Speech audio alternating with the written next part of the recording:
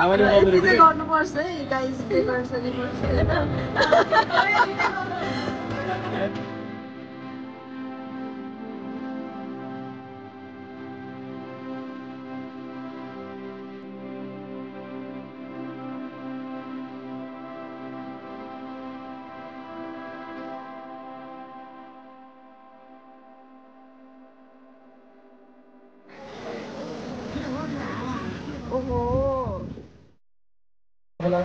आज हामीहरू पशुपतिमा लाखपति बाल्नको लागि आएका छौँ। अहिले चाहिँ हामी सामानहरू लाउँदैछौँ।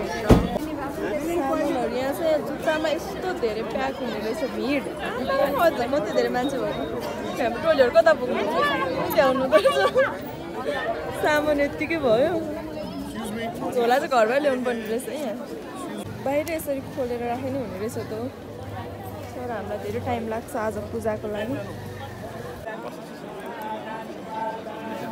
आज के हो यहाँ भन्नुहोस् त थोरै। आज हामीलाई के हुँदैछ? दाइले कसरी इग्नोर गर्नुभएको? तपाईँ कुनै पनि भिडियोमा आउनुहुन्न अब ब्लर गरिदिन्छु भन्ने भन्नु न तपाईँ।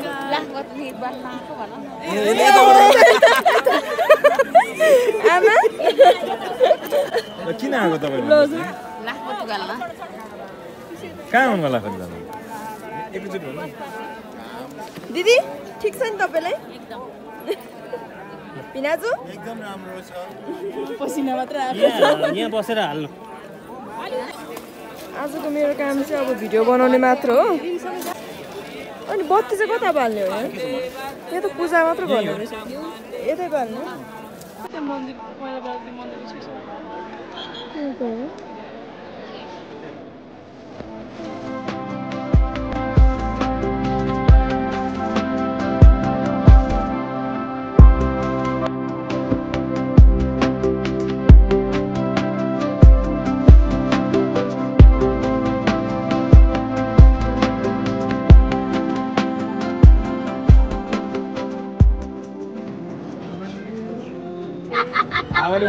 गर्नुपर्छ है गाइस डेकोरेसन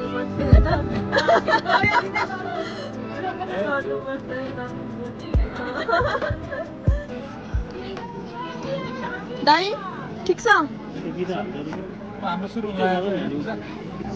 यसो देखाउ त तिमीले बनाएको दुवै हातमा। सानो मान्छेले अलग लगाएको कति राम्रो देखेको। मन पर्यो तिमीलाई? भएन त्यो गोलो। मेरो त राम्रो त गोलो भएको छ। Thank you Krisu. छोरीको नाम के हो? हजुर आकुसा थापा। कस्तो राम्रो नाम कसले राखिदिनु भएको? आमाले। के गर्ने? ल फिस यहाँ माथि राखिदिनुहोस् न।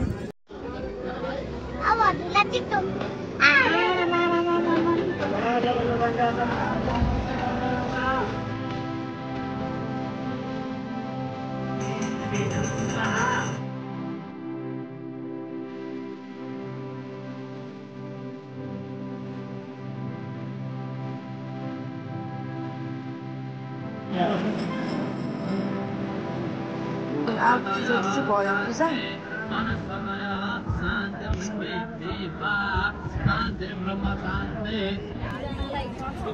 घाममा कसरी बस्ने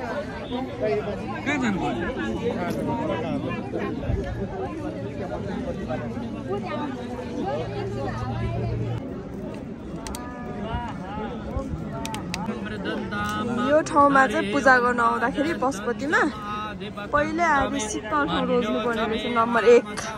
अनि नम्बर 2 चाहिँ हावा एकदम लाग्दैछ यो टाइममा पूजा लाउन नहुने रहेछ। नम्बर 3 चाहिँ एकदमै गर्मी त्यही भएर छाता लिएर आउनु पर्ने रहेछ।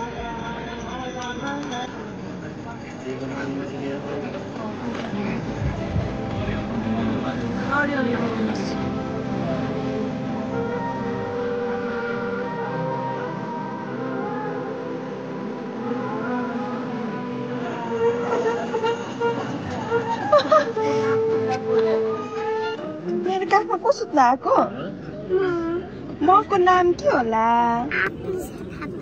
फेरि भन्नुस् त आकुसा थापा सुत्न आउनु भएको कमी भयो तिमीलाई तिमी किन सुत्न आएको भन्देऊ त ल के रमाइलो लागिरहेछ आज के हो छोरी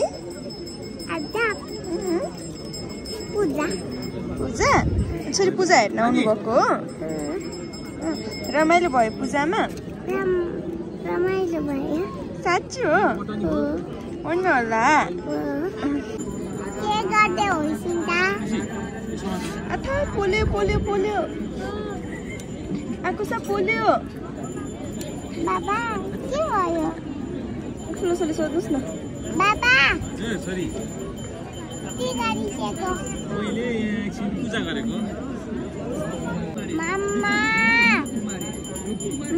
र बाबा मुझे चॉकलेट दे दो मम्मा र बाबा मुझे चॉकलेट दे दो कसले सिकाएको छोरीलाई यस्तो भन्न कसले सिकाएको तिमीलाई यस्तो भन्न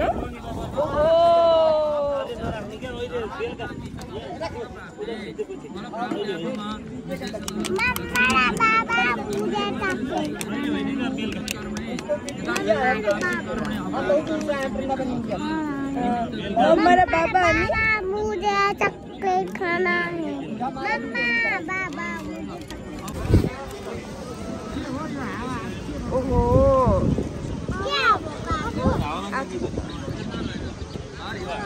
त्यो डेन्जर हावा चलिरहेछ नि हजुर आगो हावा चल्यो नि आगो यता यता आएको नि छोरी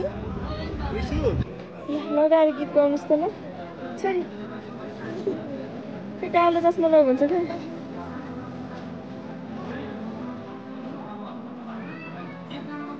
क्या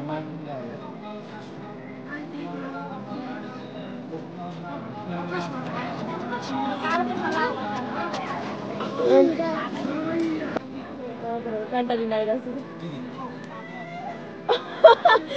छु उताको लाग्ला फेरि अहिले